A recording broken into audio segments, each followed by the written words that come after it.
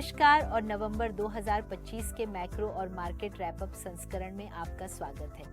2025 में सभी एसेट क्लासों में व्यापक रूप से बढ़त देखने को मिली है, जिसमें विकसित बाजार और उभरते बाजार की इक्विटी, उभरते बाजार का आयरन और धातुएं सभी ने मजबूत रिटर्न दिए हैं, जबकि ब्रेंट, अमेरिकी डॉलर और वैश्विक खाद्य भूमि भी उल्लेखनीय रहे हैं। भारतीय इक्विटी ने अक्टूबर 2025 में कुछ वापसी की, जिसमें एफआईआई प्रवाह में सुधार से मदद मिली और निफ्टी सेंसेक्स महीने दर महीने 4.5% ऊपर रहे। हालांकि वर्ष की शुरुआत से अब तक वैश्विक इक्विटी और फिक्स्ड इनकम ने भारत की तुलना में बेहतर प्रदर्शन किया है। भारत में सेक्टर के हिसाब से रियल एस्टेट, धातुएं और वित्तीय क्षेत्र आगे रहे, जबकि ऑटो और उपभोग क्षेत्र इस महीने जीएसटी संक्रमण के कारण पिछड़ गए।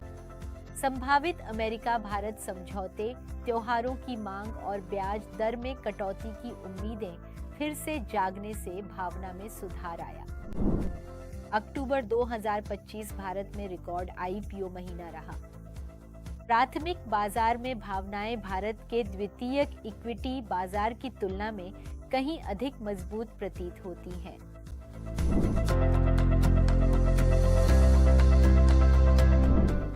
लिबरेशन डे यानी 2 अप्रैल के 7 महीने बाद हार्वर्ड के शोध में पाया गया है कि अमेरिकी आयातकों और उपभोक्ताओं ने अधिकांश टैरिफ लागतों को वहन किया है, जिससे अमेरिकी विकास पर असर पड़ा है। टैरिफ ने अमेरिकी उपभोक्ता मूल्य सूचकांक सीपीआई में लगभग 0.7% अंक जोड़ दिए हैं। इनके बिना अमेरिका में महंगाई दर 3% के बजाय लगभग 2.3% के करीब हो सकती थी। यह है बजट लैब। अनुमानित प्रभावी टैरिफ 18% है, जबकि वास्तविक संग्रहण 10 से 11% प्रभावी टैरिफ का संकेत देता है। हालांकि टैरिफ निकट भविष्य में स्थिरता ला सकते हैं, लेकिन उनके प्रभाव लंबे समय तक बने रहने के कारण अमेरिकी सीपीआई 2026 तक भी बढ़ सकती है। मध्यावधि चुनावों से पहले ट्रंप महंगाई पर काबू पाने के लिए तनाव कम कर सकते हैं, लेकिन चुनावों के बाद विवाद फिर से उभर सकते हैं। निवेश पर प्रभाव अभी भी स्पष्ट नहीं है। भू राजनीतिक विशेषज्ञों के अनुसार गैर एआई सकल स्थिर पूंजी निर्माण ठहराव की स्थिति में है। अमेरिका में विभिन्न देशों द्वारा भविष्य में किए जाने वाले निवेश के वादे अस्पष्ट नजर आ रहे हैं। भू राजनीतिक दृष्टि से अमेरिका ने मेक्सिको और कनाडा के साथ वार्ताओं में पीछे हटने का रुख अपनाया है। चीन अमेरिका संबंधों में मामूली सुधार हुआ है, लेकिन वे अब भी अनसुलझे हैं। अमेरिका यूरोप संबंध कमजोर हुए हैं, क्योंकि यूरोप अपने गठबंधनों में विविधता ला रहा है। यहाँ तक कि जापान, कोरिया और ऑस्ट्रेलिया जैसे पारंपरिक सहयोगी भी अब जोखिम कम करने के संकेत दे रहे हैं। व्यापार नीतियों ने अमेरिकी नेटवर्क प्रभाव को कमजोर किया है और वैश्विक विखंडन को तेज किया है। सारांश में टैरिफ अस्थायी रूप से अपेक्षा से कम स्तर पर स्थिर हो रहे हैं, जिनका बोझ अमेरिका के भीतर ही उठाया जा रहा है। अन्य नीतियां जैसे उद्योग संरक्षण, रिश्वतखोरी और आप्रवासन सभी अमेरिकी विशिष्टता को कमजोर कर रही हैं। फिर भी संरचनात्मक कॉरपोरेट मजबूती बनी हुई है। निवेशक अमेरिकी डॉलर के जोखिम को कम करने के लिए हेजिंग जारी रख सकते हैं। जब तक वैश्विक व्यापार और विनिर्माण में असंतुलन दूर नहीं किए जाते, तब तक ऐसी अस्थिरता बनी रह सकती है। व्यापार घाटा कम करने के लिए अमेरिका को धीमी वृद्धि और कमजोर डॉलर की जरूरत हो सकती है, खासकर चीन के मुकाबले।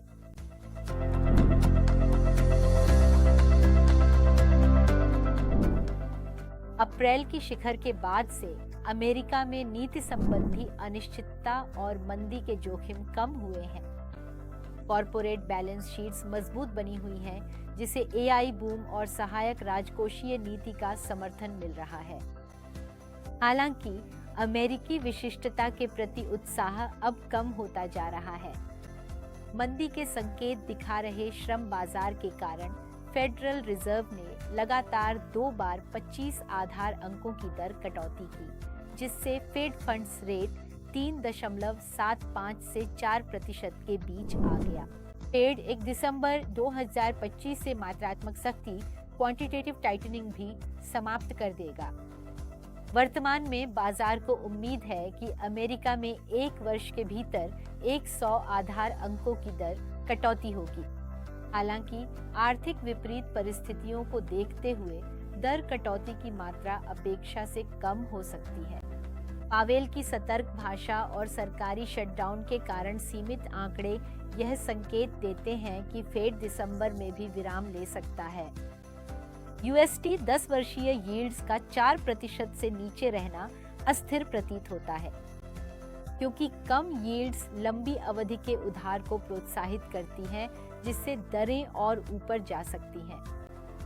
संयुक्त राज्य अमेरिका सरकार ने 1 अक्टूबर 2025 को 7 वर्षों में पहली बार शटडाउन का सामना किया, जो बजट गतिरोध के कारण हुआ।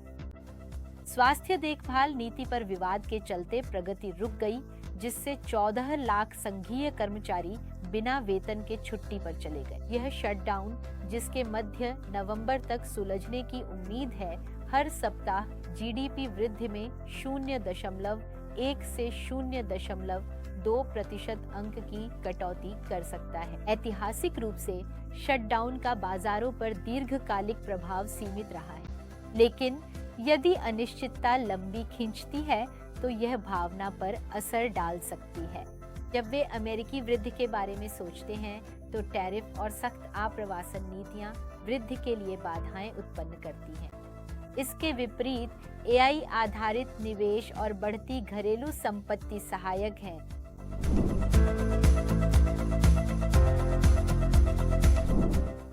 दुनिया के बाकी हिस्सों के लिए शुरुआती तेजी के बाद अमेरिका के आयात में कमी 2025 की दूसरी छमाही में चीन और अन्य अर्थव्यवस्थाओं में वृद्धि की गति को धीमा कर सकती है। अधिकांश अर्थव्यवस्थाओं में नीतियां व्यापक रूप से वृद्धि का समर्थन करती हैं, लेकिन वैश्विक व्यापार की गतिशीलता वृद्धि की दिशा तय करने में महत्वपूर्ण भूमिका निभाएगी। जहां अमेरिका में मुद्रास्फीति चिंता का विषय बनी हुई है, वहीं एशिया के अधिकांश हिस्से अब भी मुद्रास्फीति में कमी के दौर में हैं, जिसका एक कारण चीन का गैर अमेरिकी बाजारों में निर्यात बढ़ना भी है।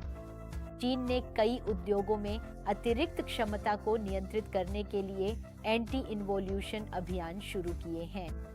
मुख्य उद्देश्य चीन को डिफ्लेशन से बाहर निकालना है।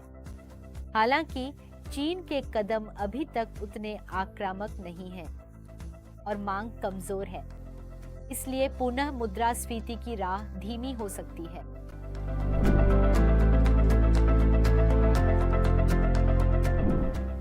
हम 2025 के अंत और 2026 की शुरुआत तक अमेरिकी डॉलर में मामूली कमजोरी की उम्मीद बनाए रखते हैं। हालांकि पिछले 3 महीनों में डॉलर स्थिर रहा है, लेकिन यह निष्कर्ष निकालना जल्दबाजी होगी कि इसकी गिरावट समाप्त हो गई है, खासकर जब आगे फेडरल रिजर्व की डील की संभावना है। ऐतिहासिक पैटर्न दिखाते हैं कि जब भी फेड ने बिना मंदी के ब्याज दरों में कटौती की है, तब अमेरिकी डॉलर आमतौर पर कमजोर हुआ है। ये घटनाएं वर्तमान परिदृश्य का आकलन करने के लिए उपयोगी संदर्भ प्रदान करती हैं। धीरे धीरे डी-डॉलराइजेशन की संरचनात्मक दबावों और बिगड़ती अमेरिकी राजकोषीय स्थिति, साथ ही फेड की स्वतंत्रता को लेकर चिंताओं के कारण मुद्रा पर दबाव बना हुआ है। फिर भी अमेरिकी डॉलर के लिए तेजी वाले रुख की स्थितियों की पहचान करना फायदेमंद है। अमेरिकी अर्थव्यवस्था की फिर से तेज वृद्धि, अमेरिकी संपत्तियों की मजबूत विदेशी मांग और राजनीतिक अनिश्चितता में कमी के चलते यदि अमेरिकी डॉलर की विशिष्टता लौटती है तो इससे धारणा बदल सकती है। लेकिन फिलहाल डॉलर में स्थायी सुधार की संभावना कमजोर है। ऐसे परिदृश्य में भारतीय रुपया अपनी वार्षिक 3 से 4% गिरावट को जारी रखेगा।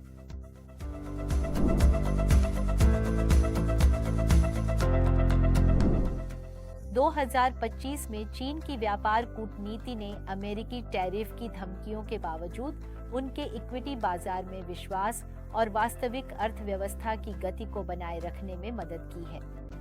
अक्टूबर में हुए अमेरिका चीन व्यापार समझौते ने कुछ प्रगति दर्शाई। ट्रंप ने सहमति जताई। फेंटानिल से संबंधित टैरिफ को आधा करने के बदले में चीन के दुर्लभ खनिजों के निर्यात और सोयाबीन खरीद की प्रतिबद्धता पर सहयोग के लिए यह समझौता हुआ। अब चीन की प्रभावी टैरिफ दर 40% से घटकर 30% हो गई है। इस बीच भारत अब भी नुकसान में बना हुआ है।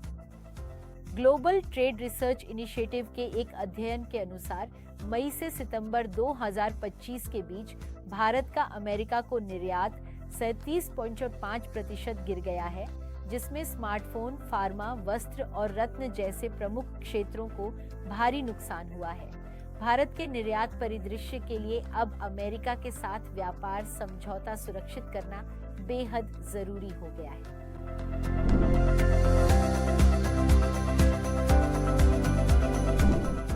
जीएसटी दर में कटौती को 1 महीने से ज्यादा हो गया है। अनुभवजन्य साक्ष्य बताते हैं कि सबसे स्पष्ट मूल्य गिरावट वाहन और सफेद वस्तुओं में देखी गई है, जबकि उपभोक्ता गैर टिकाऊ वस्तुओं के दाम अब भी स्थिर बने हुए हैं। नवंबर के सीपीआई आंकड़ों में स्थिति और स्पष्ट होने की उम्मीद है। त्योहारी बिक्री को बढ़ावा मिला है, खासकर ऑटो और इलेक्ट्रॉनिक्स में। अधिकांश उपभोक्ता कंपनियों ने इस त्योहारी सीजन में पिछले साल की तुलना में खुदरा बिक्री में सुधार की रिपोर्ट दी है। हालांकि यदि दबे हुए मांग और जीएसटी से पहले की मंदी को ध्यान में रखा जाए तो वृद्धि अपेक्षाकृत मध्यम नजर आती है। उदाहरण के लिए यात्री कार और दोपहिया वाहनों की बिक्री त्योहारी अवधि में 15 से 17% बढ़ी, लेकिन अगस्त के अंत से मापने पर केवल 5 से 5.5% की वृद्धि हुई। व्यापक उपभोग प्रवृत्तियां अब भी मिश्रित बनी हुई हैं। आगे देखते हुए जीडीपी वृद्धि दर वित्त वर्ष 26 की दूसरी छमाही में साल दर साल लगभग 6% तक सीमित रहने की उम्मीद है, जो पहली छमाही के 7.6% से कम है, जबकि पूरे वर्ष की वृद्धि दर 6.8% रहने का अनुमान है। जहां जीएसटी कटौती ने मांग को समर्थन दिया है, वहीं इनका पूरा प्रभाव व्यापक आर्थिक कारकों और बाहरी परिस्थितियों पर निर्भर करेगा।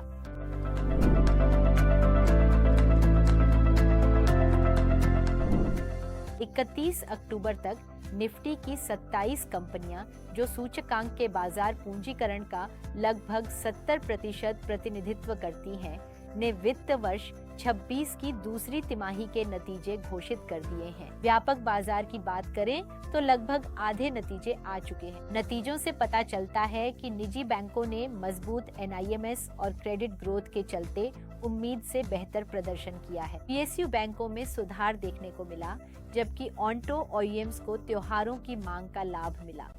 ऑटो एंसिलरी कंपनियों का प्रदर्शन मिला जुला रहा, जिस पर कमजोर निर्यात का असर पड़ा। कंज्यूमर स्टेपल्स में मांग स्थिर रही, लेकिन जीएसटी ट्रांजिशन और लंबा मानसून प्रदर्शन पर भारी पड़ा। ऑयल मार्केटिंग कंपनियों ने रिफाइनिंग और मार्केटिंग मार्जिन्स के चलते मजबूत नतीजे पेश किए। आईटी सर्विसेज ने थोड़ी राहत दी, हालांकि प्रबंधन की टिप्पणियां सतर्क रहीं और नए खर्च चक्र के कोई संकेत नहीं मिले। कुल मिलाकर कमाई मोटे तौर पर अनुमान के अनुरूप रही और निफ्टी ईपीएस अनुमानों में मामूली बढ़ोतरी हुई। पिछले एक साल में भारतीय इक्विटी का प्रदर्शन सुस्त रहने के बावजूद अब कुछ क्षेत्रों में मूल्य उभर कर सामने आ रहा है। Q2 FY26 पर टैरिफ के प्रभाव और जीएसटी लागू होने से पहले खर्च में देरी का दबाव रहा, लेकिन Q3 में इसके लाभ देखने को मिल सकते हैं। टैरिफ गतिरोध का समाधान एक महत्वपूर्ण बाहरी उत्प्रेरक हो सकता है। वैल्यूएशन उचित है, सेंटिमेंट न्यूट्रल है और हमारा इक्विटी आउटलुक भी न्यूट्रल बना हुआ है, जिसमें लार्ज कैप को प्राथमिकता दी गई है। और घरेलू केंद्रित कंपनियों को।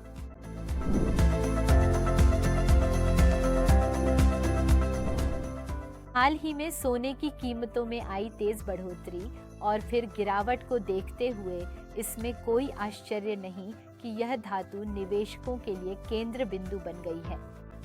एक गैर आयकारी संपत्ति के रूप में इसकी लोकप्रियता मुद्रास्फीति, मुद्रा अवमूल्यन और कम ब्याज दरों के खिलाफ बचाव में निहित है।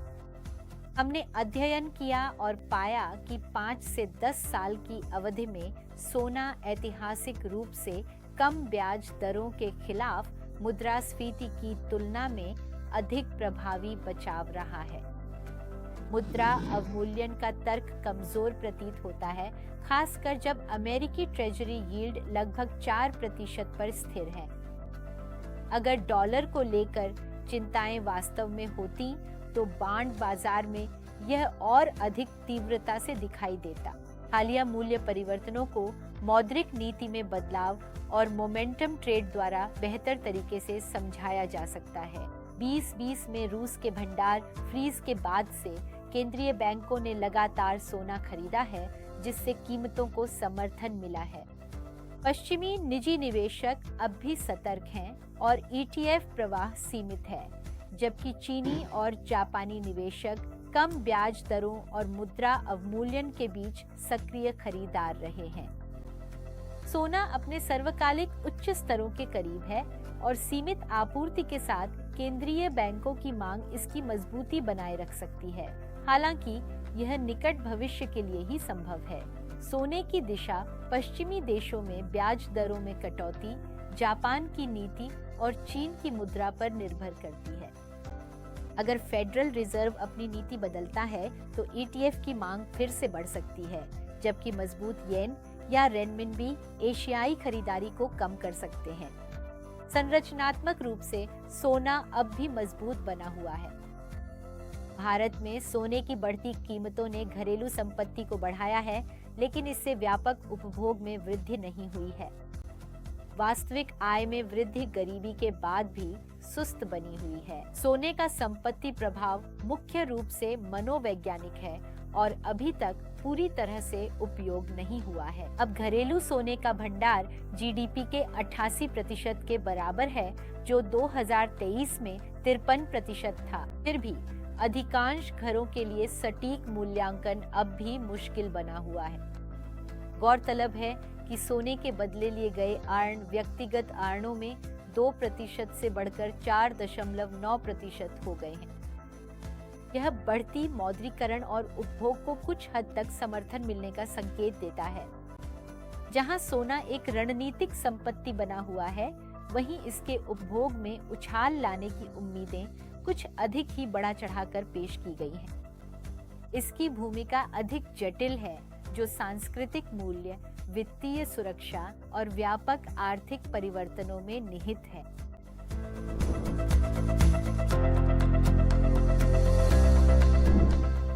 आगे की वृद्धि और मुद्रास्फीति की संभावनाएं, साथ ही बदलते जोखिम निरंतर मौद्रिक समर्थन के लिए अवसर प्रदान करते हैं।